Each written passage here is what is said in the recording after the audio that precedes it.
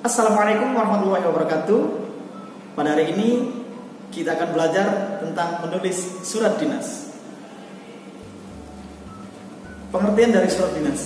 Surat dinas adalah sebuah surat resmi yang ditulis atau dikirim oleh sebuah instansi atau kantor untuk keperluan dinas. Surat dinas harus ditulis atau diketik dengan bahasa yang baku serta memperhatikan kaidah kebahasaan yang benar. Di sini bisa kalian simak sistematika surat dinas. Di sini ada 9 sistematika ya. Ada bagian 1 di atas, 2, 3 sampai 9. Yang pertama, yang bagian atas tadi adalah kop surat. Kop surat ini memuat informasi tentang pertama, nama lembaga atau instansi, alamat lengkap, kemudian ada logo atau lambang jika ada. Contohnya bisa dilihat di sini. SMP Terpadu Darul Mutakin, Jalan Manukan Tama. Ingat, jalan tidak boleh disingkat JL.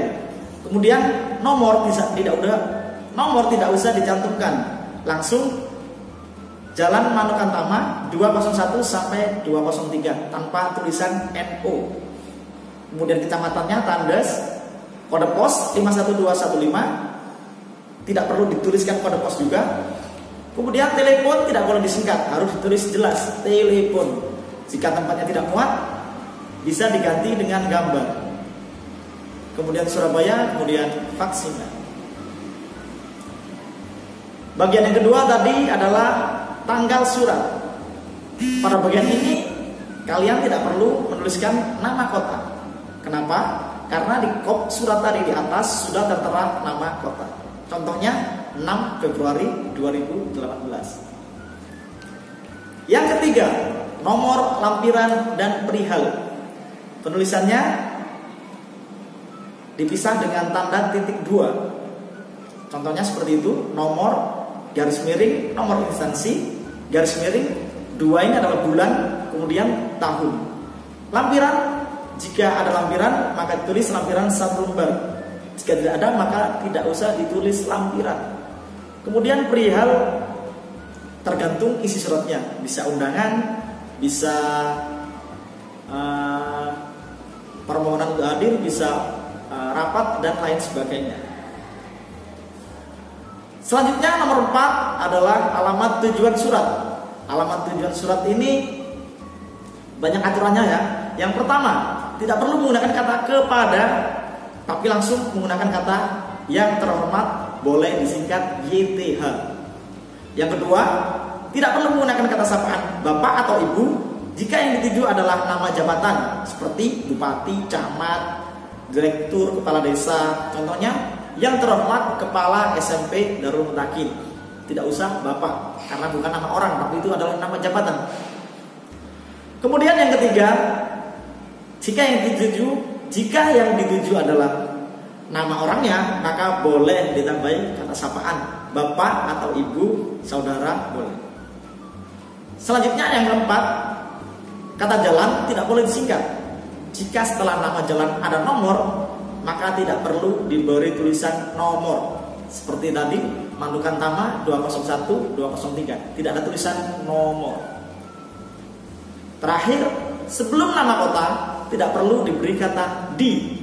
Nah, kebanyakan surat yang kita jumpai ada tulisan di Surabaya, nggak usah, langsung yang terhormat kepala SMP Darul Mutakin, Jalan Manukan Tama, Surabaya, tidak perlu kata di. Contohnya seperti ini, YTH Ibu Puji Astuti, karena nama orang maka diberi kata sapaan ibu.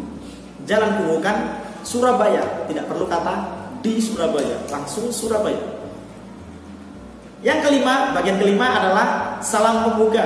Salam pembuka yang netral adalah dengan hormat diakhiri tanda koma. Nah, selanjutnya isi surat. Isi surat ini tergantung keperluan pembuat surat ya. Jadi bisa bermacam-macam. Ini contohnya surat undangan, yaitu isinya tentang mengundang untuk rapat hari Senin tanggal 14 September waktu pukul 20 tempat. Ingat, nama hari ini tidak perlu diberi hari, tanggal, waktu, dan tempat, tidak perlu pakai huruf kapital. Kemudian salam penutup. Salam penutup ini sebaiknya juga gunakan salam penutup yang netral, yaitu hormat kami diakhiri tanpa koma. Selanjutnya yang ke-8 adalah jabatan, nama, dan tanda tangan pengirim surat. Contohnya seperti ini, kepala sekolah, koma, tanda tangannya, kemudian namanya. Tembusan. Tembusan ini adalah biasanya terletak di sebelah kiri bawah.